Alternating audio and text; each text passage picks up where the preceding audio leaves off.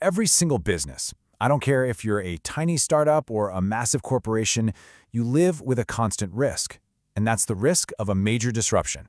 So today, we're going to break down exactly how you can plan for the things you can't see coming and make sure your business actually survives. Just imagine this for a second. You walk into the office one morning, grab your coffee, sit down at your desk, and nothing works. Your servers, your data, your customer lists, poof, it's all gone. It is a terrifying thought, right? But it's a reality a lot of businesses face. So what do you do in that exact moment? And look, that's the hard truth here. Security breaches, system failures, natural disasters, in the long run, they are pretty much unavoidable. The real question isn't, will something bad happen? No. The question is, will you be ready when it does? So what are we actually up against? Well, the threats are, frankly, everywhere. It could be a simple system crash that wipes out your critical files, or a malware attack that holds your entire business hostage. And we can't forget about physical stuff like a fire, a flood, or even just theft. And sometimes, the cause is something so simple and so frustrating, like one person accidentally deleting the wrong folder. It happens. Okay, so how do we fight back against all this chaos? The answer is something called contingency planning. And this is way more than just having a backup drive somewhere. It's a whole process of preparing your entire organization to handle a crisis, making sure you can get back to normal as fast and as cheaply as possible. And this kind of planning isn't just one giant, dusty document. It's really a strategy built in 3 different layers. Think of it like your business's defense system. You've got the incident response plan, the disaster recovery plan, and the big one, the business continuity plan. We're going to walk through each one of these. All right, let's start at the beginning with that first layer, the first response plan. This is all about what happens in the first few seconds, the first few minutes after a crisis hits. It's your immediate on-the-ground reaction. So, the alarm is blaring. Maybe it's a literal alarm. Maybe it's a dozen alerts on a screen. You've been breached. Panic can set in really, really fast. And without a clear plan, you just get chaos. So, what is the very first thing your team is supposed to do? This is exactly where your incident response plan, or IRP, comes in. This is the playbook for your company's first responders. It spells out exactly who needs to do what, from IT to legal to PR, and gives them a step-by-step guide on how to handle a security incident the second it's detected. Now here's the crucial thing to understand about the IRP. It's not about fixing everything. It's about triage. Its number one goal is to stop the problem from getting worse. You just want to contain the damage, stop the bleeding, and get the situation stable so you can actually move on to the next phase of recovery. But what happens if the incident can't be contained? What if it's not just a small breach, but a full-on catastrophe that takes your main systems offline? Well, that's when we have to move to the next layer of our defense. And this is where the Disaster Recovery Plan, or DRP, takes over. If the IRP was about containment, the DRP is all about the rebuild. This is the technical roadmap for restoring your IT infrastructure and getting all your critical systems back up and running.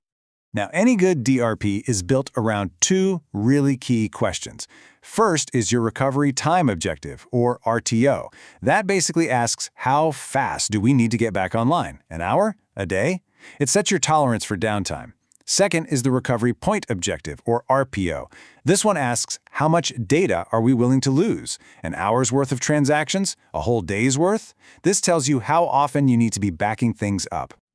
And that brings us to the absolute non-negotiable core of any disaster recovery plan: data backups. It's really simple. You cannot recover data that you don't have a copy of. Your ability to bounce back from disaster is 100% tied to how good your backup strategy is. And there are a few different ways to do this, each with its own trade-offs. A full backup copies everything, every single time. It's the fastest way to restore, but it takes forever and uses a ton of storage. On the other end, you have an incremental backup, which only copies what's changed since the last backup. It saves a lot of space, but restoring can get complicated. In the middle, you have differential. Choosing the right one for you? It all comes down to those RTO and RPO numbers we just talked about. So let's say your IT team is kicking butt. They're following the DRP, they're restoring the servers. That's great. But what about everybody else? What's the rest of the business supposed to do? This brings us to the final and, frankly, the most important layer of defense.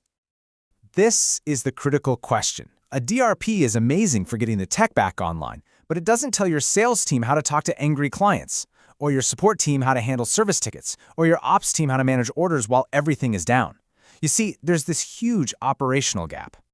And that gap is filled by the Business Continuity Plan, or BCP. This is the master plan. It's not just about IT, it's about the entire organization. The BCP covers everything, from setting up an alternate work site, to managing supply chains, to crisis communications, and even making sure people get paid. It ensures your business as a whole can keep operating even in the middle of a disaster. This analogy on the screen just perfectly explains the difference. Think of a hospital during a huge emergency. The Disaster Recovery Plan, the DRP, that's like the surgical team in the operating room. They're doing the highly technical, critical repair. But the Business Continuity Plan, the BCP, that's the hospital administration. They're making sure the emergency room keeps running, that patients are being checked in, and that all the other departments are still functioning around that one critical surgery. So the key takeaway is that these plans aren't separate things. They're nested. A strong DRP is a vital, technical piece that sits inside of your bigger, broader business continuity plan. You absolutely need both to be truly resilient. Okay, let's bring this all home. We've talked about the initial incident, the technical recovery, and then full business continuity. The real goal here is to shift your company's entire mindset from just reacting to a crisis to being in a constant state of readiness. This quote really just says it all, doesn't it? The best defense is a good offense. Being proactive, thinking about the threats and building your plans before something happens is so much more effective than scrambling to pick up the pieces after it's too late. And listen, having a plan that's just sitting in a binder on a shelf is completely useless. The companies that actually survive these major disruptions are the ones that treat these plans like living things. They develop them, they update them all the time, and most importantly, they actually test them with drills and simulations to make sure they'll work when things get real. So, we end right back where we started. A disruption is coming. It might be next year, it might be tomorrow morning. The only thing you can control is how prepared you are. So the final question I have is for you. Is your plan ready? Thanks for joining me.